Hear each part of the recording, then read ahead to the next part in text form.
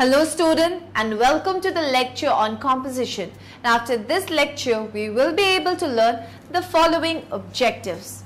Discuss the use of narration in composition, explain the importance of description, describe what argumentation is in relation to composition. Introduction to composition, let us start with composition.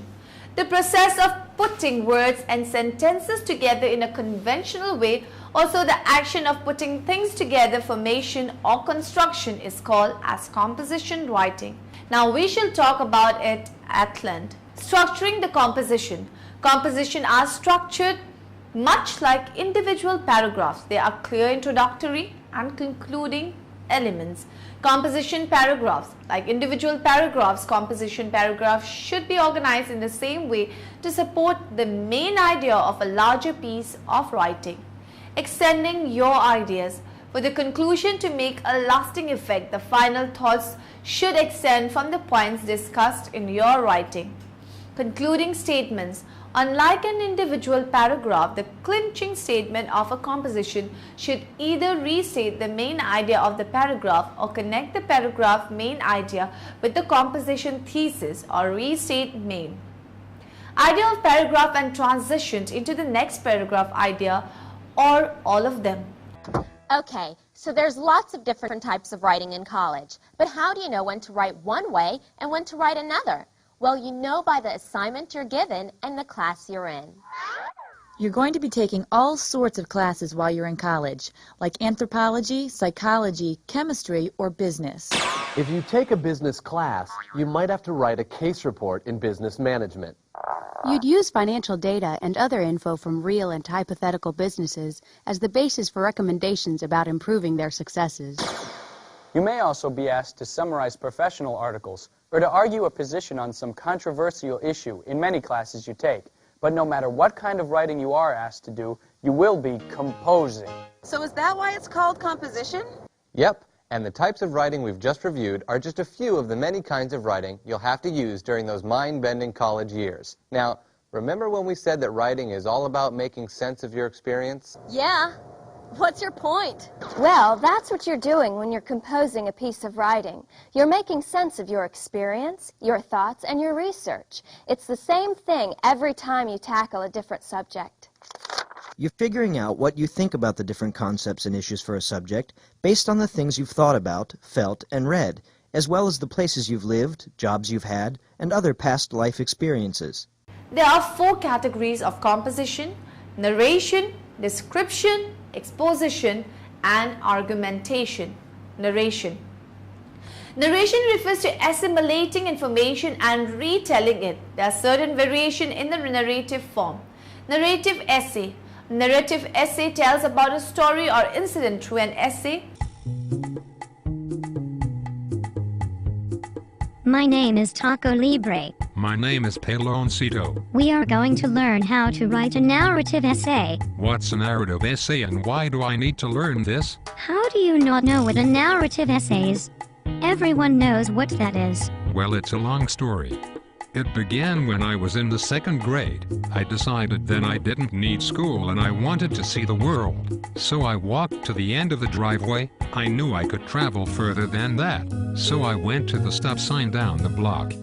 Finally, on my 17th birthday, I walked to the end of the street where I discovered I wanted to be a luchador. You are doing it right now. What? A narrative essay. You just told me a narrative essay in first person. Well, this is easy.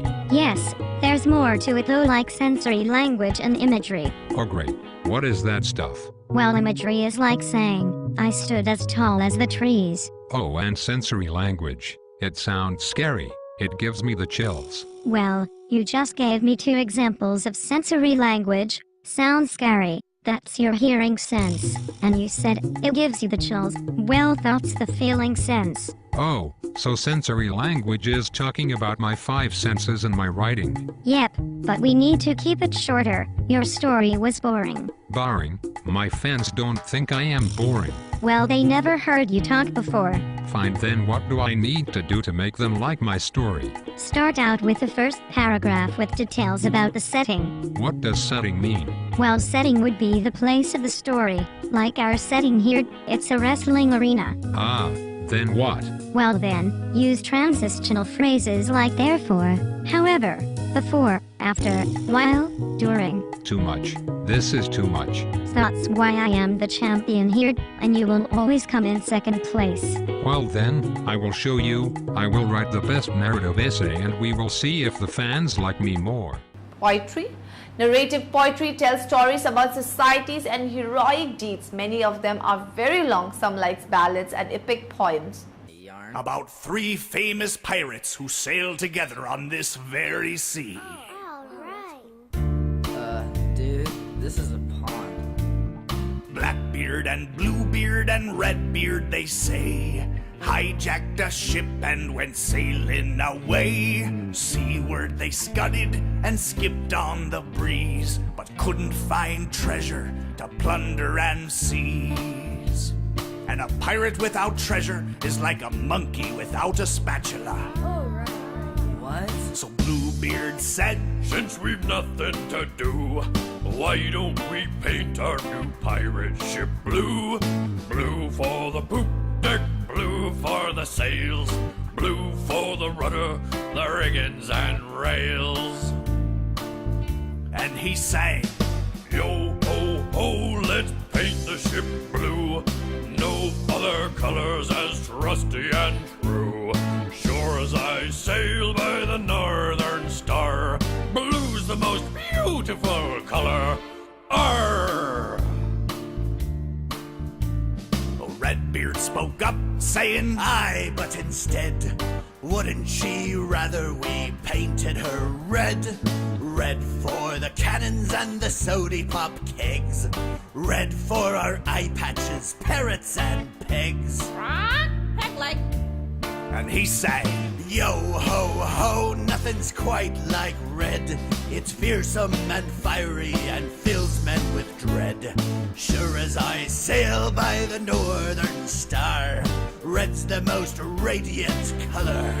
Arr! Well then, Blackbeard said, blimey, you're both off the track. Let's paint it something more handsome, like black. Blue! Shouted Bluebeard, and Redbeard yelled, red! Blackbeard said, black. Are you cracked in the head? Then he sang, give me deep dark black. From starboard to port, from the front to the back. Sure as I sail by the northern star, black's a spectacular color. Arr! So then, Redbeard grabbed brushes and buckets and paints over his shipmates' insistent complaints. Rather than letting him paint the ship red, they got some blue paint and black paint instead. Swiftly the 3 of them painted their boat, each a completely dissimilar coat, making a color not red, black, or blue, mixing instead an entirely new hue. Well, that was the last that was seen of the 3, simply because they refused to agree. They weren't torpedoed or shelled or harpooned, they just disappeared, for their ship was marooned. And sometimes on a foggy night at sea, you can still hear them singing, yo ho ho and a bottle of pop. We painted our ship from the bottom to the top. As sure as we sail by the northern star, blue's the most beautiful. No, red's the most radiant. What's black's the most spectacular color? How about yellow? Arr! Narrative novel. Mostly all novels are narrative, as they tell a story or narrate an incident.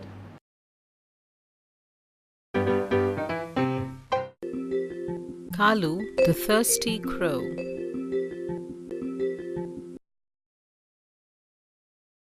It was a hot summer day. Kalu the crow was very thirsty. He flew about here and there, looking for water.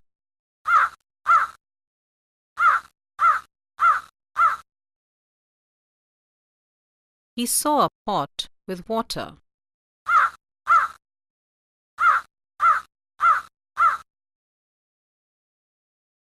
He went close to the pot. Kalu saw that there was very little water in the pot.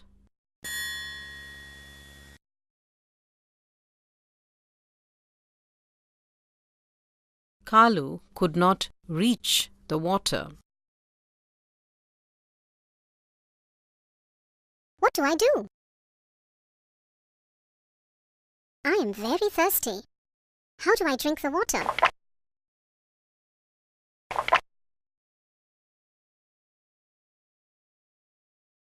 Kalu looked around.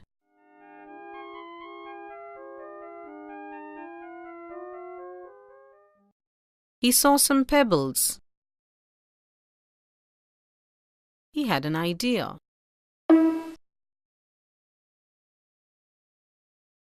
He picked up the pebbles one by one and dropped them into the pot.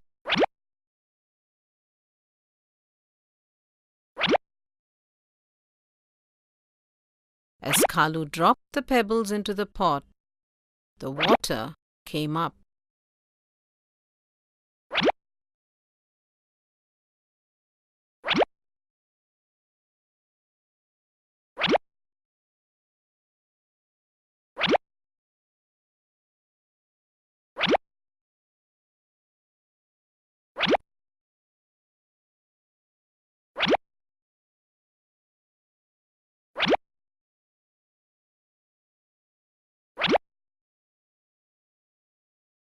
Kalu drank the water.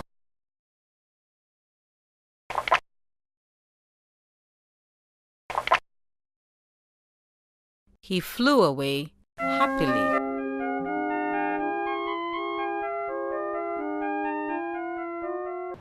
Let us know the various modes of narration.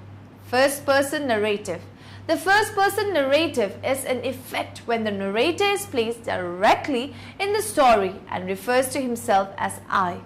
Second person narrative. In this narrative, one person is referred to as you. This is the least commonly used narrative. Third person narrative. The characters are referred to as he, she, they. It is the most commonly used narrative form. There is another type of narrator, the multiple narrators. In the story, the author may use multiple narrators to tell the story. This helps to narrate the story to different points of view. Description. A description is a kind of composition that describes the pictures of objects, persons, scenes, and others by presenting these in the written words or language. It appeals to the understanding process of the readers. It also serves as an aid to the expository process. In description, there are two types of composition that are being considered. Artistic description. It is also called a suggestive, evocative, or literary description. Giving pleasure to the readers is one of the aims of artistic description. It appeals to beauty as it stimulates the reader's emotion and imagination. Informative description. It is also called scientific and technical description. Presenting the details of the appearance of a person, places, or other things is the aim of an informative description. Convention of the descriptive essay. A descriptive essay has one clear dominant impression. This impression guides your selection of detail and is the central idea you express in your thesis sentence. Description is based upon the selective attention and it relies on emotion and experience to convey its point. The descriptive essay relies on concrete, specific details to communicate its point. Description can incorporate all the senses.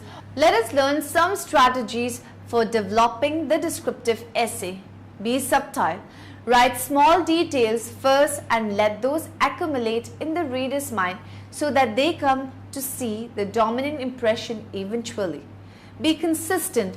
Reread your description to ensure that each one of your smaller details is needed to support the main point.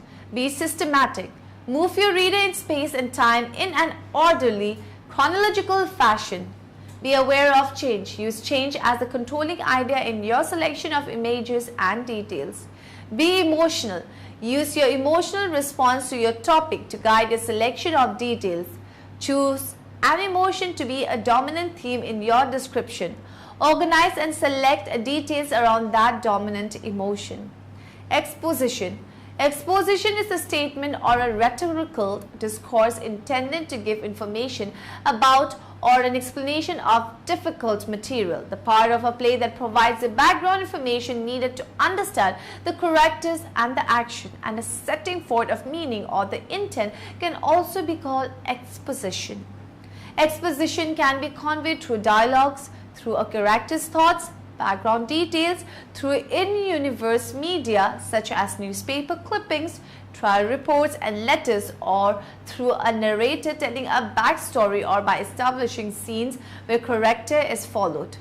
Exposition can be seen in movies, music, television shows, and plays and written texts. In music, the exposition is the first part of the sonata form, which introduces the themes used in the composition or the opening section of the figure. In a play, film, or television show, exposition would be used anywhere in the work to give background information about the characters or any part of the work. There are certain ways to present exposition. They are description exposition. The writer explains a characteristic of a topic, shows examples, and describes features. Comparison exposition. The writer shows how two topics are alike or different. Cause and effect exposition. The writer explains the cause of an event and thoroughly investigates the effects.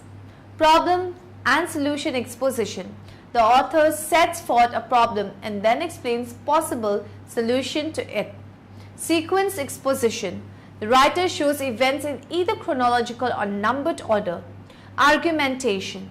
The argumentation type of composition appeals to the reader's reasoning capability as well as the reader's emotion. It makes the readers change their mind, attitude, points of view, or feelings.